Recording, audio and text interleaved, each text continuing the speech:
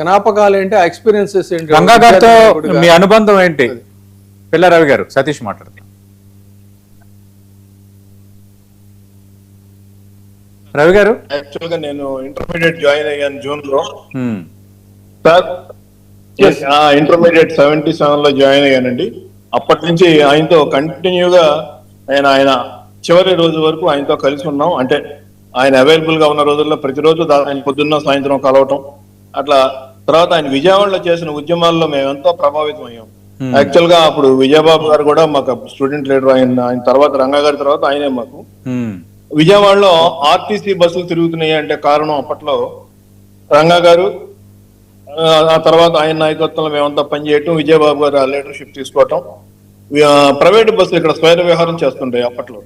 అంటే వాళ్ళు ఆ రోజుకి ఎక్కువ ట్రిప్పులు వేసేసి, ఎవరు ఎక్కువ ట్రిప్పులు వేస్తే వాళ్ళకి అంత ఇన్కమ్. అంటే సిటీలో తిరిగే బస్సులన్నీ కూడా అలా డ్రైవర్లని వాళ్ళందరినీ కూడా వాళ్ళు మోటివేట్ చేస్తుండే వాళ్ళు. ఆ ప్రాసెస్ ఏమయ్యేదంటే ఒక్కోసారి ట్రాఫిక్ అసలు ఏం చూసుకోకుండా ర్యాష్ గా తోలటం, యాక్సిడెంట్లు జరగటం, కొంతమంది చనిపోవటం ఇట్లాంటివి కూడా జరుగుతుంది. అప్పుడు బస్ స్టేషన్ ఈ విజయవాడ ప్రైవేట్ బస్సులన్నీ నేషనలైజ్ చేయాలని చెప్పి రంగా గారి ఉద్యమం తీసుకోవటం. ఆ ఉద్యమానికి మేమందరం కూడా పాత్రదారులుగా మేమందరం కూడా పార్టిసిపేట్ చేయటం. చివరికి ప్రభుత్వం ఎన్ని రకాలుగా ప్రలోభాలు పెట్టినా కూడా ఆయన ససేమిరా అసలు ఒప్పుకోలేదు. గవర్నమెంట్ ఈ ప్రైవేట్ బస్సులన్నింటినీ కూడా రూట్స్ అన్ని నేషనలైజ్ చేసింది. అందుకనే ఇప్పుడు ఆర్టీసీ బస్సులు ఇక్కడ తిరుగుతున్నాయి. గుంటూరులో లేవు, గుంటూరులో ఇప్పటికే పక్కనే ఉన్న టౌన్ లో లేవు. ఆ తర్వాత సైమల్టేనియస్ గా ముదిగొండ పద్మ శిరోముండనం కేసు. యాక్చువల్గా వ్యభిచారికి పోలీసులు ఆమెని ఇక ఎప్పుడు వ్యభిచారం చేయకుండా ఉండాలన్న ఉద్దేశంతో శిరోముండనం చేశారు. అయితే ఆ టైంలో కూడా రంగా గారు ఇది మానవ హక్కుల ఉల్లంఘన ఇది అని చెప్పి వెంటనే ఉద్యమాన్ని స్టార్ట్ చేసి మొత్తం విజయవాడ మొత్తం కూడా అన్ని కాలేజీల్లో అందరినీ కూడా ప్రభావితం చేసే విధంగా ఉద్యమాన్ని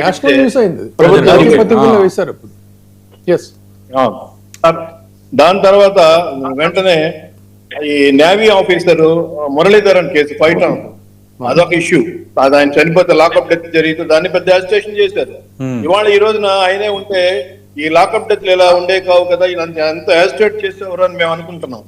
అలాగే బార్ అసోసియేషన్ తరఫున మేమందరం కూడా పార్టిసిపేట్ చేయటం దాంట్లో ఆయన ఫాలోయర్స్ గానే కాకుండా న్యాయవాదులుగా.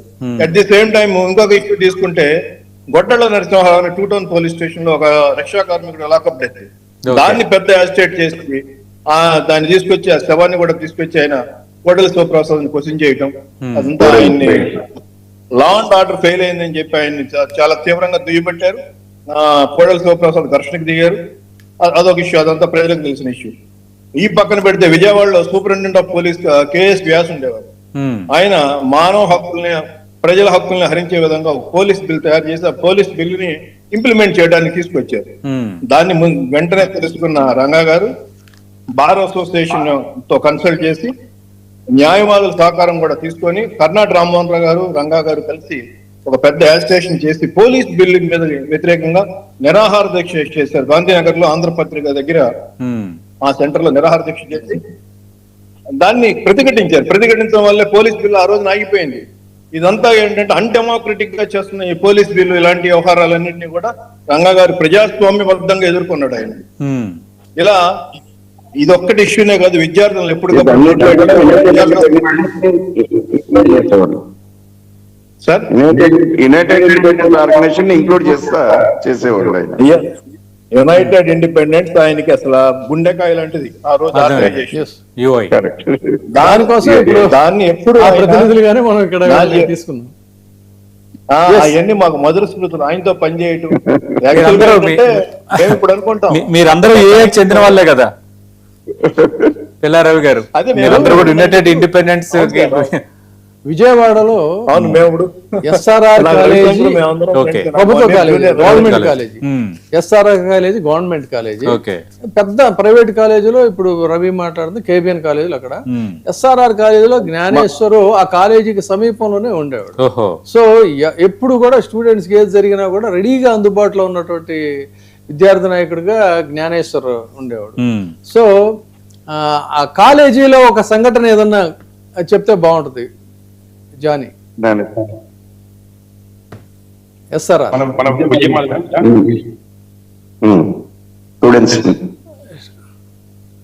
రంగా గారి ఇమేజ్ గురించా? ఆయన ఇమేజ్ గురించా? అంతే అదే రంగా గారికి ఇమేజ్ గురించి అంటే ఒకనొక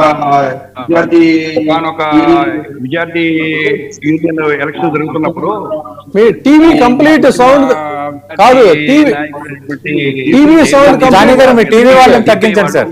ఒక లాగా జనాల్ని పోగు చేశారు. నీలం గారి గుర్తే ఉంటుంది. కాదు కాదు, ఒక్క నిమిషం మీ టీవీ వాళ్ళని తగ్గించండి జానీ గారు. టీవీ పూర్తిగా బంద్ చేయాలి.